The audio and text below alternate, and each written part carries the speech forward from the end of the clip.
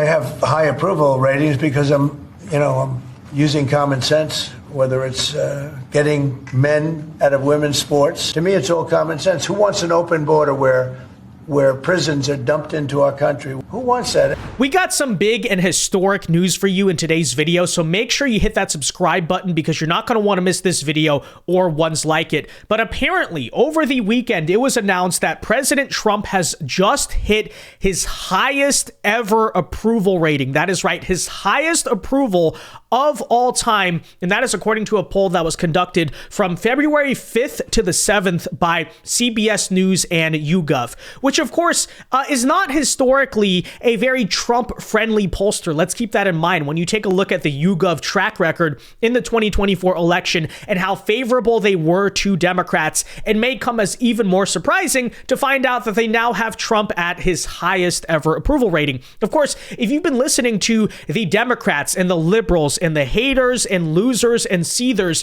for the past month, you may be absolutely flabbergasted by this because we were, of course, told that Trump's support is rapidly fading. People are turning on him. He's losing popularity. And remember this one, right? All the Trump supporters are out there regretting their votes. Well, I guess not. I guess they're not regretting their votes after all. It's crazy how it's only been a month and Trump supporters are already regretting their vote.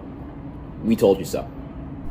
Yeah, fact check Harry Enten, false. The independent fact checkers at VinceDao Media were unable to corroborate or verify these claims because, of course, what on earth is he talking about? Which Trump supporters? Where? What's going on? Who are you talking about? Does Harry Enten even know any Trump supporters? No, absolutely not. He just made it up, but you don't have to believe me. You don't have to believe Harry Enten. You can, of course, just believe the data, and that was what we found from CBS News and YouGov. Because as you can see right now, in the first month of Trump's presidency, his overall job rating, approval rating of his job is now at 53% approve compared to 47% disapprove. And I again reiterate, that is a record. That is the highest number he has ever reached in the CBS News and YouGov poll. That's including his first term. And take a look right here at this stat. This really does tell it all right here, right? Trump and campaign promises,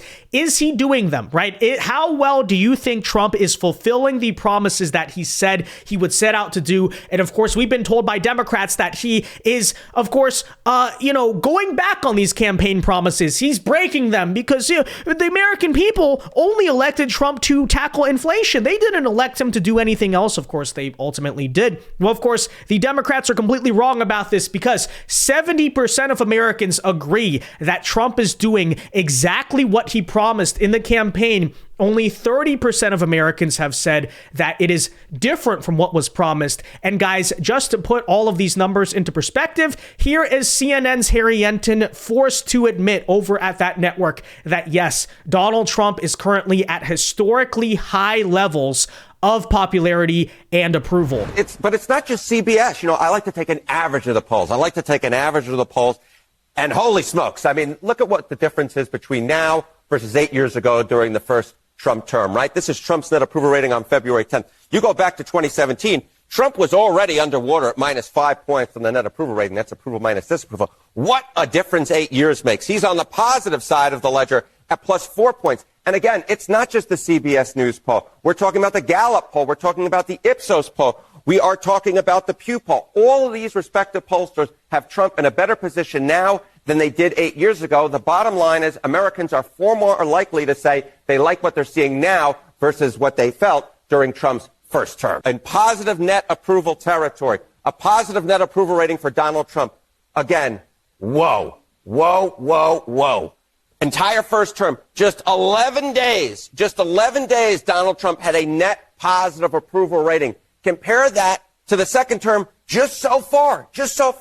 Every single day of Trump's second term so far, he has been on the positive side of the ledger. 21 days, all 3 weeks. That's already 10 more days than he was in his entire first term. So again, this is just another sign that Americans are far more likely to like what they're seeing in his second term than they were during his first term.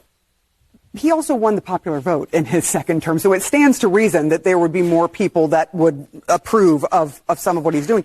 Is there something that Americans say about why it is that they like him now more than they did back in the first term? So I think this gives you a pretty gosh darn good idea of what may be going on. Trump's doing what he promised to do. You go back to April of 2017, it was just 46% of all Americans who said that Trump was doing what he promised to do. Compare that now to February of 2025.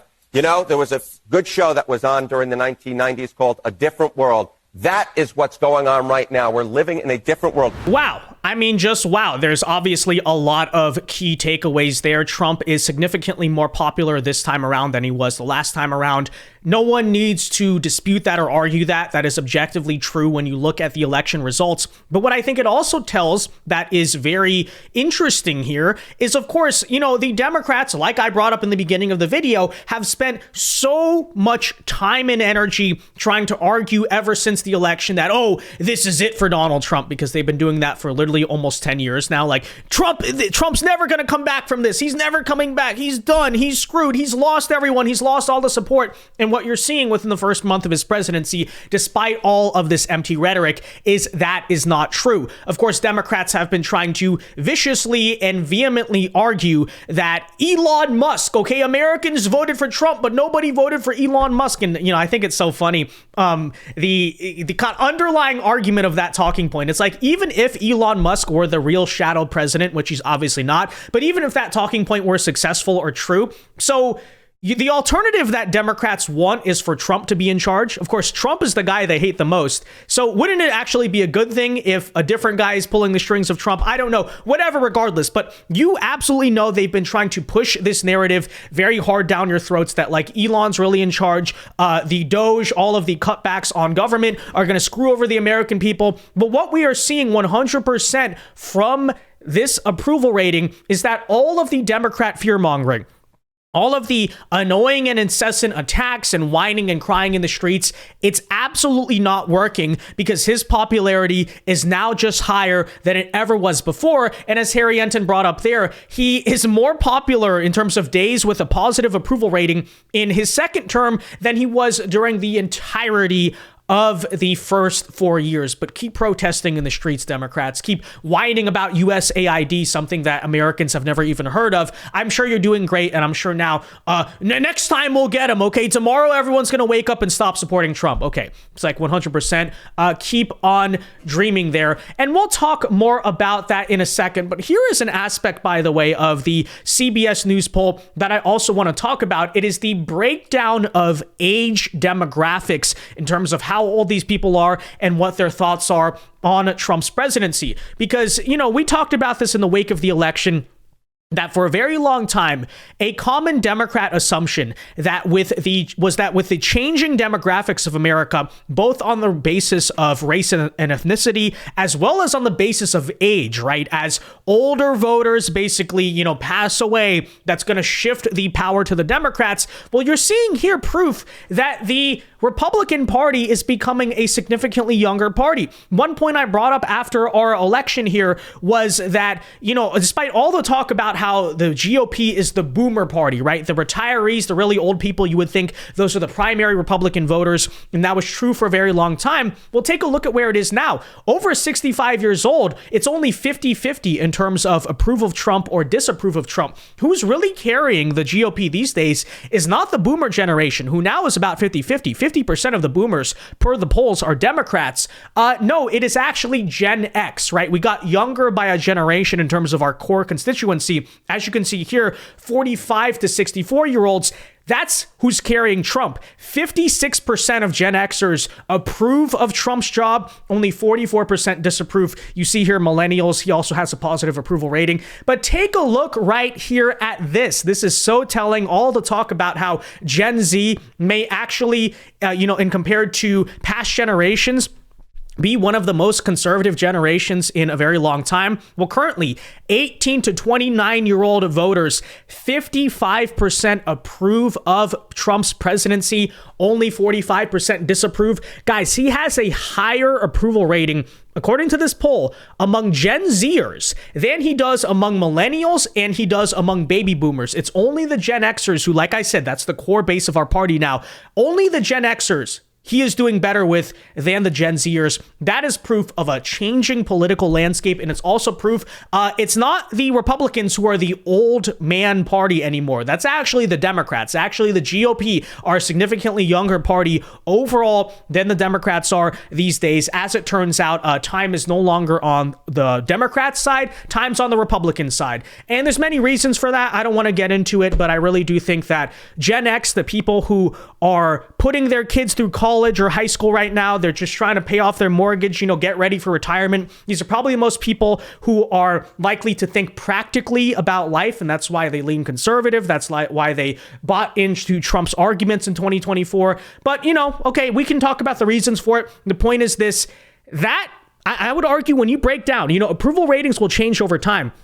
But when you break this down by age, Democrats have serious reason to panic. And again, it clearly goes to show you that all of their plans to try to make this Elon Musk and this DOGE stuff cause the American public to turn on Trump, turns out it's not working because, number one, the Americans are saying 70% say, yep, that's what exactly he said he was going to do. And number two, clearly their overall viewpoint of Trump has not been damaged despite all of these DOGE and Elon Musk attacks coming from the left. I don't know if it's kickbacks or what's going on, but the people, look, I ran on this, and the people want me to find it.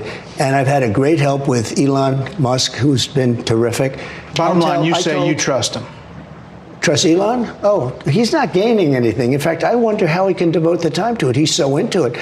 But I told him do that. Then I'm going to tell him very soon, like maybe in 24 hours, to go check the Department of Education. He's going to find the same thing. Then I'm going to go to the military. Let's check the military. We're going to find billions, hundreds of billions of dollars of fraud and abuse. And, the people elected me on that. Now, many Democrats are not as enthusiastic about the work that Musk's team is doing. Here's Democratic Senator Chris Murphy. I think this is the most serious constitutional crisis the country has faced, certainly since Watergate. The president is attempting to seize control of power and for corrupt purposes. Yeah, so you see the side-by-side right there, right? The argument of Elon and the Trump administration is, look, we are clearing out government corruption and waste. This has always been sort of a core part of the Trump messaging, right? Drain the swamp. And that's what we're doing right here, right now. Now, the Democrats are arguing that, oh, this is a mass constitutional crisis. Trump is a dictator, the rule of law, everything's going to burn down. And of course, Americans, this is what they've been predicting and hoping. Americans are going to rise up and resist the abolishment of USAID and DEI programs in Serbia because people truly care about this and they're so scared. And then you look at the numbers, you look at the polls, and as it turns out, whether or not the American people, the average voter, cares all too much about rooting out corruption in the government, because, you could argue, well, it doesn't really affect their daily lives, or they at least don't notice. It does, but they don't notice how it affects their daily lives. But nonetheless, okay, that equally means that all this talk about how Trump is becoming a dictator and he's taking over everything from the Democrats, the American people just don't care. They're tuning it out. They're clearly not listening to the arguments of the Democrats. The Democrats have spent their political capital. They're basically wandering around in the wilderness without a paddle, and nobody's really believing them. And what a shocker that is, right? Chuck Schumer doing this apparently is not an effective political argument to the American public. We will win. We will win. We will win. We will win. We won't rest. We won't rest. We won't rest. We won't rest. And look, to be totally fair, one thing I always brought up in the 2024 election is how you can't really trust the polls, not just necessarily because of maybe corruption, but also just because of something merely called response bias, right? Sometimes certain supporters or voters, especially given recent circumstances, like for instance, the switching out of the candidate that boosted a bunch of energy into the Democrat Party, one could argue, and an argument I made is that the polls are a little bit overinflated for Kamala in terms of, you know, the difference between what's actually going to happen in the election because of that so-called response bias. Now, people could come back and say that, oh, well, isn't this just response bias on behalf of Trump? Maybe this is not the real approval rating, which I would say is possible, right? It's absolutely possible, except the only issue with that is, look, approval ratings are going to change. I'm not saying this is staying the same or I really even care about the specific number, but what it also shows, right, is that the Democrats are wrong, because what they've been saying constantly is that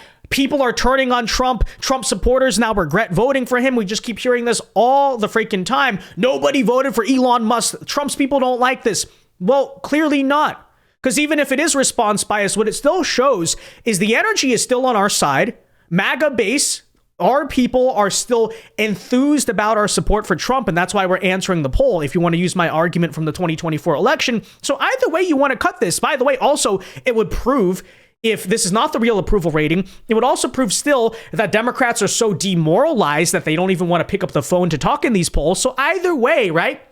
What it still shows, I would say, in this circumstance, given that there's not an election this year, that this job rating right here just goes to show you that Trump is winning, the energy is on Trump's side, and the Democrats are still broken. And that's what you're seeing right here, right? That's what you're seeing. Nobody's buying the Democrat arguments. The average Democrat supporters out there are probably just very demoralized and they don't want to talk to these pollsters. And they're a party that's broken.